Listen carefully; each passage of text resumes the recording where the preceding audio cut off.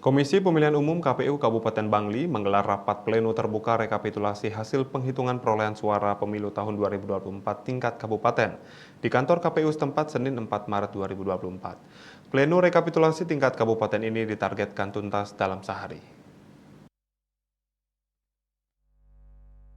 Rapat pleno yang digelar mulai pukul 10 WITA mendapat penjagaan dari aparat kepolisian.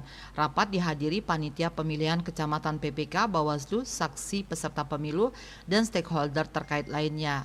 Ketua KPU Bangli IKD Adiawan mengatakan rapat pleno terbuka rekapitulasi hasil penghitungan perolehan suara pemilu tahun 2024 tingkat kabupaten digelar setelah jajarannya di tingkat kecamatan menyelesaikan pleno rekapitulasi di kecamatan masing-masing.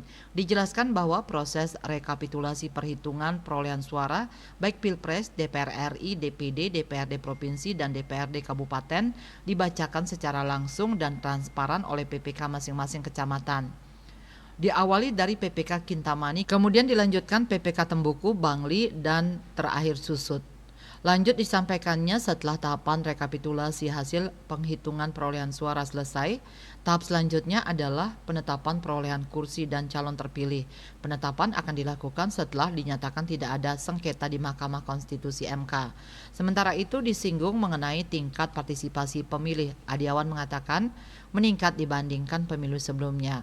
Dalam pemilu 2024, angka partisipasi pemilih di Kabupaten Bangli mencapai 86,30%. Partisipasi pemilih tertinggi ada di Kecamatan Kintamani dengan prosentase 86,96%, disusul Kecamatan Bangli 86,89%, Tembuku 86,28%, dan Susut 84,28%.